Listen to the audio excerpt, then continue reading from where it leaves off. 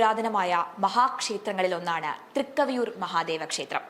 പത്തനംതിട്ട ജില്ലയിൽ തിരുവല്ല നഗരത്തിൽ നിന്നും വെറും 6 കിലോമീറ്റർ കിഴക്ക് മാറി സ്ഥിതി ചെയ്യുന്ന ഈ മഹാക്ഷേത്രം പ്രതിഷ്ഠാ മാഹാത്മ്യം കൊണ്ടും ചരിത്ര പ്രാധാന്യം കൊണ്ടും ശില്പഭംഗി കൊണ്ടും പുരാതന കാലം മുതലേ അതീവ പ്രസിദ്ധമാണ്. പാർവതി സമേതനായി സുപ്രസന്നനായിരിക്കുന്ന മഹാദേവനാണ് തൃക്കവിയൂരിലെ മുഖ്യപ്രതിഷ്ഠ. ഐതിഹ്യപ്രകാരം സീതാസമേതനായ ശ്രീരാമചന്ദ്രനാണ് കവിയൂരിൽ ശിവപ്രതിഷ്ഠ നടത്തിയത്. തെക്കേ നടയിൽ ദക്ഷിണാമൂർത്തിയും ഗണപതിയും പടിഞ്ഞാറേ നടയിൽ ശ്രീമൂലരാജേശ്വരിയും കുടികൊള്ളുന്നു. നാലമ്പലത്തിന്റെ ചതുരശ്ര ശ്രീകോവിലിൽ രാമഭക്തനായ ആഞ്ജനേയ സ്വാമി കുടികൊള്ളുന്നു. ഭാരതത്തിലെ തന്നെ ഏറ്റവും പ്രസിദ്ധമായ ആഞ്ജനേയ ക്ഷേത്രങ്ങളിൽ ഒന്നാണ് ഇത്. മതിൽക്കകത്ത് വടക്കുകിഴക്കു ഭാഗത്തായി പവിത്രമായ ഇലഞ്ഞിമരം നിലകൊണ്ടിരുന്ന തറയിലായി നാഗരാജാവിന്റെയും നാഗയക്ഷി അമ്മയുടെയും പരിവാര സമേതമുള്ള സാന്നിധ്യമുണ്ട്.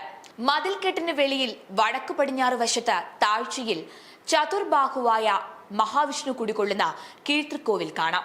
കിഴക്ക് വശത്ത് 18-ാം പടിയുടെ വെളിയിൽ ക്ഷേത്ര മൈതാനത്തിൽ നിന്ന് വടക്കോട്ട് നീളുന്ന വഴിയിൽ കിഴക്ക് വശത്തായി സ്ഥിതി ചെയ്യുന്ന മഹായക്ഷിയും തൃക്കവിയൂരിലെ ഉപദേവതകളുടെ കൂട്ടത്തിൽപ്പെടുന്നു.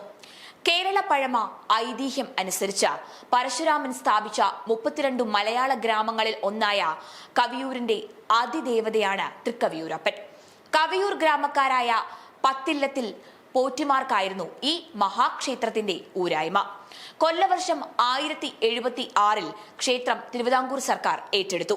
തൃക്കവിയൂർ മഹാദേവ ക്ഷേത്രത്തിന്റെ പെരുമയും പഴമയും ഭീമമായ സമ്പത്തും കണക്കിലെടുത്ത് തിരുവിതാംകൂറിലെ 12ാമത് ഫസ്റ്റ് ക്ലാസ് മേജർ ദേവസ്വമായി ഇതിനെ ചേർത്തു പിടിച്ചു.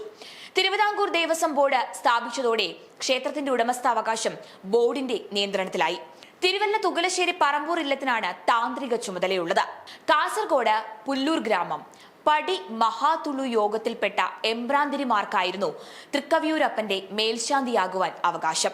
കൊല്ലവർഷം 1107 രാജപ്രമുഖൻ ശ്രീ ചിത്രതിരുനാൾ മഹാരാജാവിനുണ്ടായ സ്വപ്ന ദർശനത്തെ തുടർന്ന് ഹനുമാൻ സ്വാമി നട പുനരുദ്ധരിച്ച് പതിവുകൾ ഉയർത്തിയതോടെ അവിടെയും തുല്യ പ്രാധാന്യത്തോടെ മേൽശാന്തി നിലവിൽ വന്നു.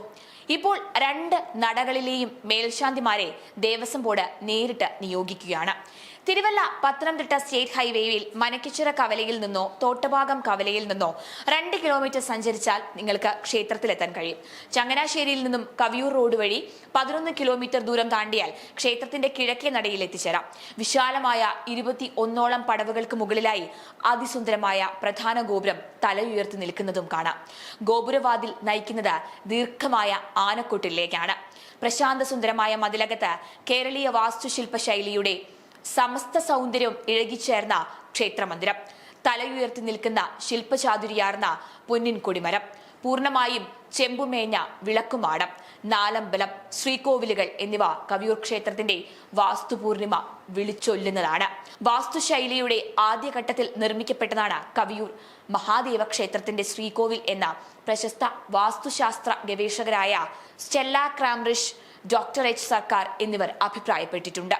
കലിയുഗം 4051, 4052 വർഷങ്ങളിലെ 2 ശിലാശാസനങ്ങൾ ശ്രീകോവിലിന്റെ അധിഷ്ഠാനത്തിൽ തന്നെ കാണപ്പെടുന്നത് ഈ അഭിപ്രായത്തെ അങ്ങേയറ്റം ശരിവെക്കുന്നതായി അവർ ചൂണ്ടിക്കാട്ടുകയും ചെയ്യുന്നു.